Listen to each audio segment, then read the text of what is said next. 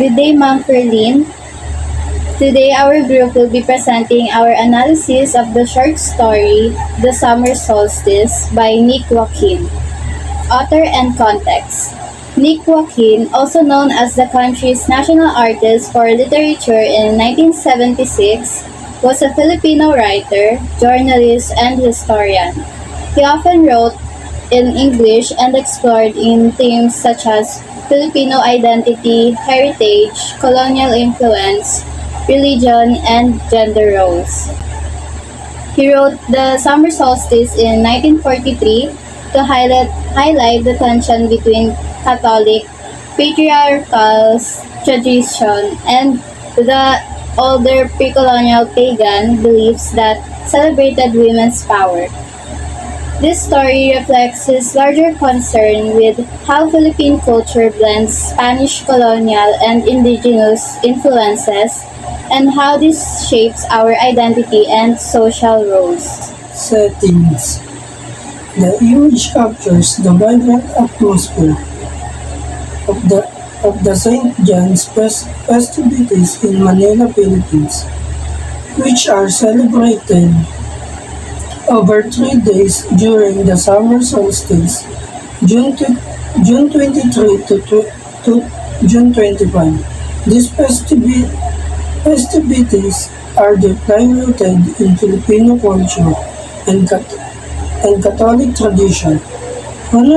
Honoring Saint John the Baptist, the celebration typically includes religious processions, traditional music and dance street parades, and community gatherings. The image likely showcases the Moreta household, which may be a central location for the festivities, reflecting the blend of religious devotion and cultural expression. The setting in Manila. Character. Doña Lopeng Moreta, a wife who awakens to her hidden power as a woman. Second, Don Paeng Moreta, her strict traditional husband who is challenged by her change. Third, the cousin who tempts and admires women's power. The fourth, Amada, the maid possessed by the Tatarin spirit, symbolizing women's strength. Lastly, Entoy and the children, minor characters showing family life and household roles. Exposition. On the eve of St. John's Day, Lupeng finds Amada in a strange trance after joining the Tatarin dance. She feels both shocked and fascinated by what she sees. Rising action. During the Catholic procession, Guido playfully teases and praises Lupeng about the power of women. At first, Lupeng resists, but her curiosity begins to grow. Climax ba? The night the Tatarin ritual becomes wild and intense.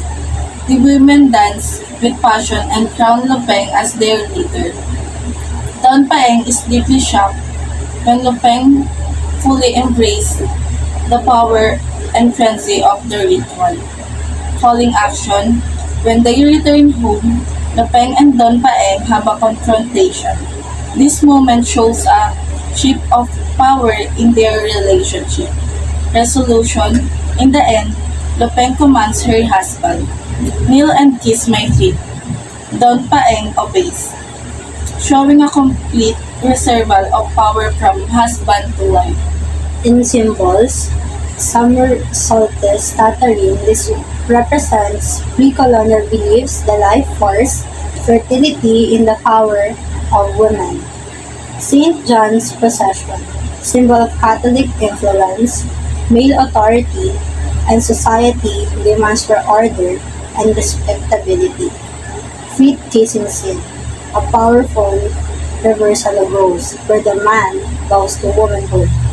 showing women's awakening strength. Garlands, ankles, and crowns. This stands for the crowning of female power, especially Lupin's realization of her own strength. Light, heat versus night and dance. Day, daylight shows order and propriety, while the night represents freedom, passion, and liberation. In the theme, the story highlights gender and power, showing how women can challenge men dominance. It also explores the desire versus morality, proving that people's inner wants don't always match society's role. Another theme is cultural identity. Since the mix of Catholic beliefs and old pagan rituals reflects the layered nature of Filipino culture. Finally, it's about transformation. Depends discover and embraces the power and desire. In summary, the summer solstice is about Depends and her husband Don Paeng during the St. John Day Fiesta. At first, Lupin seems submissive, but everything changes when she witnesses the pagan Tattaling ritual where women take charge. This awakens something in her, and she eventually asserts her own power over her husband. The story ends with Don Paeng bowing before her, showing a dramatic shift in gender roles and highlights women's power. That's all.